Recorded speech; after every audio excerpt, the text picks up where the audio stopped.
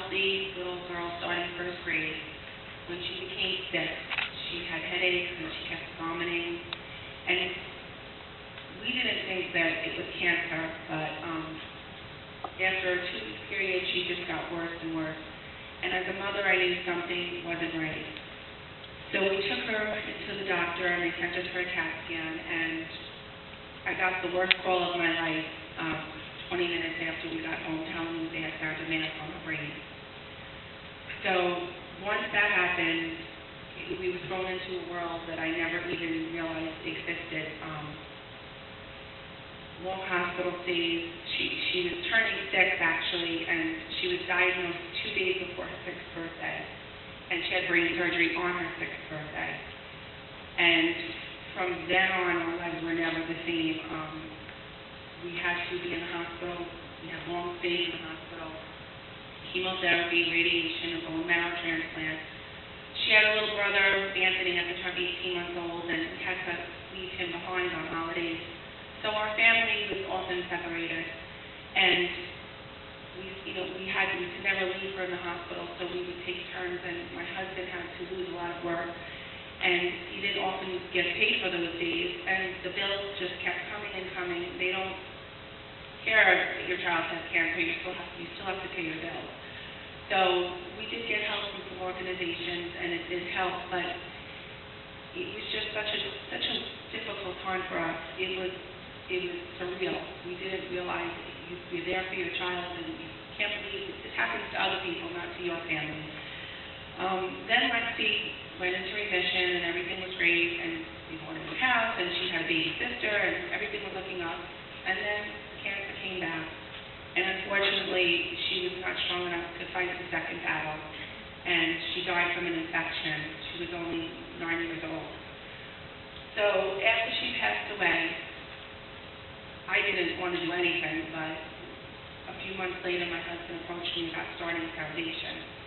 And to tell you the truth, I didn't know if I wanted to put my daughter out there and the pain that we went through with her. But he was gung-ho and he wanted to do it, so I wasn't going to let him do it by himself. And I am so glad that he pushed me to do it, because we helped so many families, and it's the time that I would be giving Lexi if she were alive. She's not around. She would have been 13 now. I would have been spending the time shopping with her, or doing homework, or having her friends over. So this time that I donate to the foundation is the time that would be given to her. And it is so rewarding to help these families, because I know personally what they go through and how hard it is. And I just want to put a smile on their faces and help them out, even if it's a little bit. So you doing this for us and helping raise money means the world, because you don't know how hard it is when you're in that situation, and when you get even a little bit of joy, it means the world. So hand it over to my husband, Joe.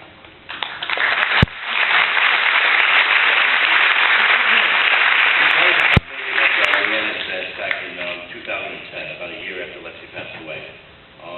We're a 501c3 charity. We're tax exempt by the state of New York. And what we do is we raise money through fundraisers, stuff like this, and we help families pay their bills, car payments, gas, electric. There's a lot of procedures that aren't covered by insurance that we help out with. So we ask them for a bill. They have a small application they fill out, and we pretty much just pay the bill. Not too many questions asked, when you're going through this. Just want to kind of get through the day. So, the main focus of the foundation is to get these families through their trial that they're going through. Aside from paying bills, we supply gift baskets for the children and for their siblings. To date, we've helped over about 100 families with bills, co-pays, and unfortunately funeral expenses. And that's pretty much it. So we're here. We help out in the New York area. We're in New York, Long Island, Suffolk. And thank you very much for everything you're doing for us.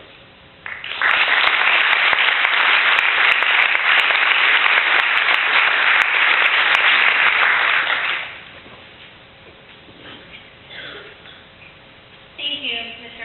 Falabella. Now I'd like to introduce our next guest speaker.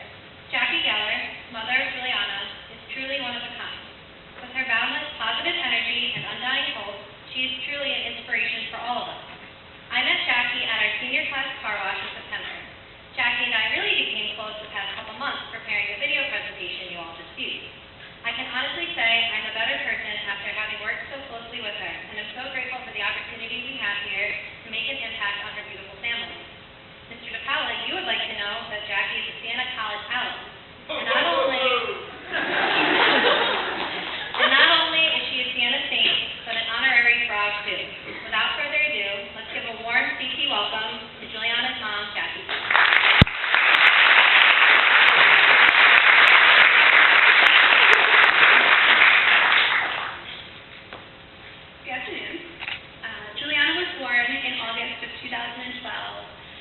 upon meeting her, we were filled with happiness and joy beyond all our expectations.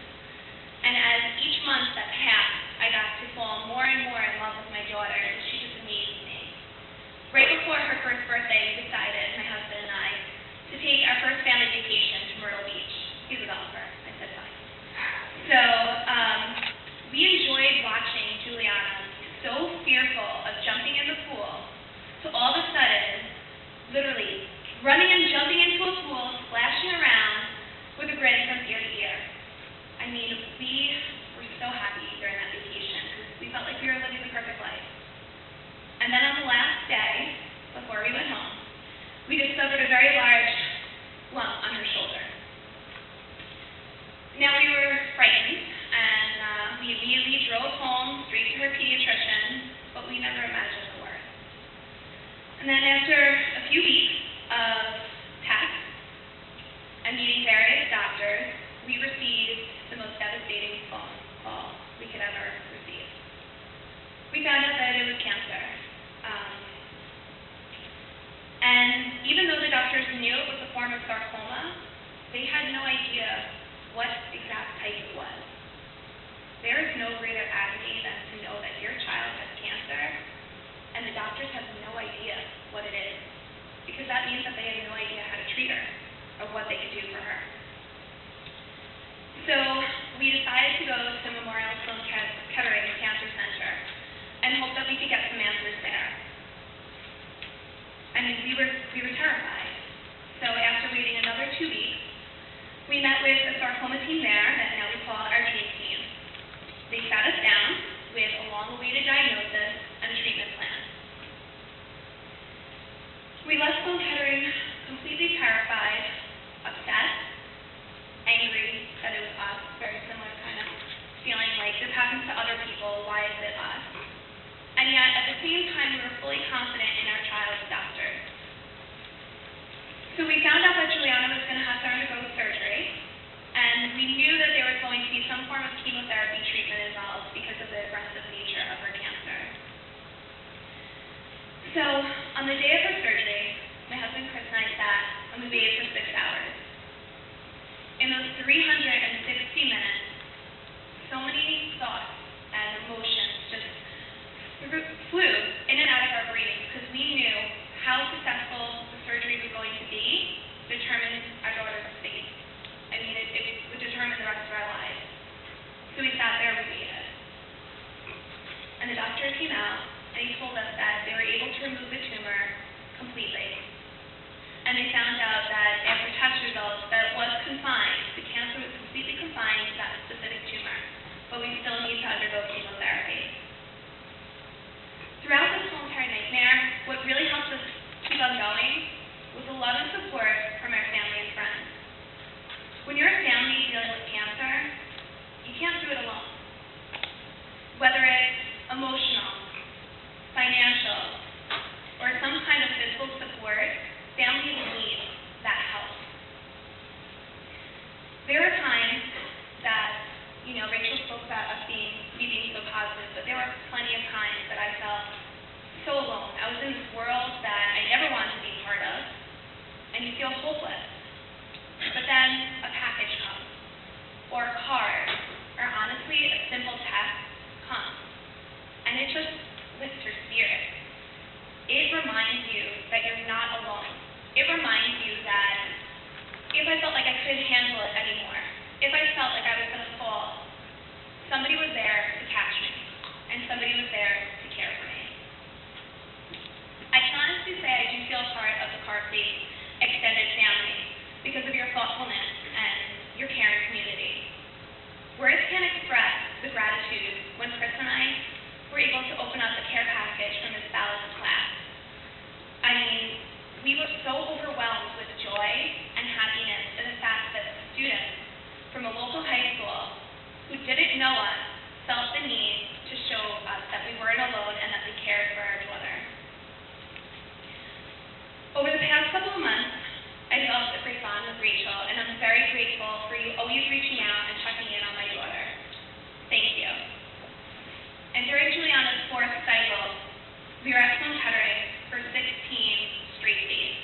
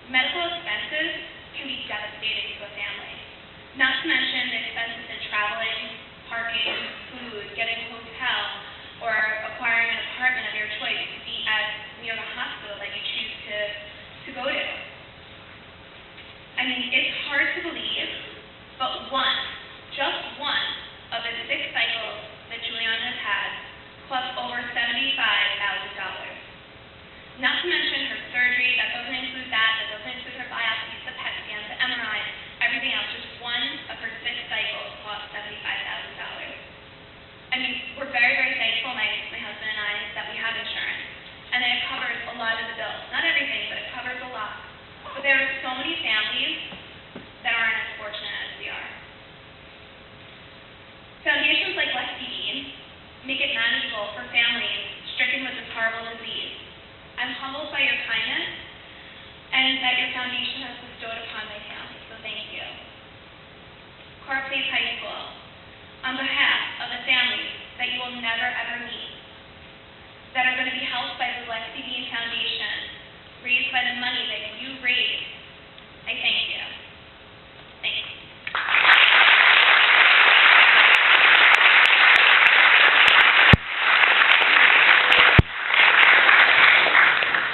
Good afternoon, guys. Service learning integrates community within an educational setting. It can be applied in many different ways that consist of community programs, churches, universities, and in our case, school events. Through service learning, we as students can use what we have accomplished and apply it to someone or something in society. Which brings me to this year's ballot question. As most of you know by now, we are all coming together on February 28th to compete and fundraise for the Lexi Bean Foundation. Although we will be competing against each other, it's very important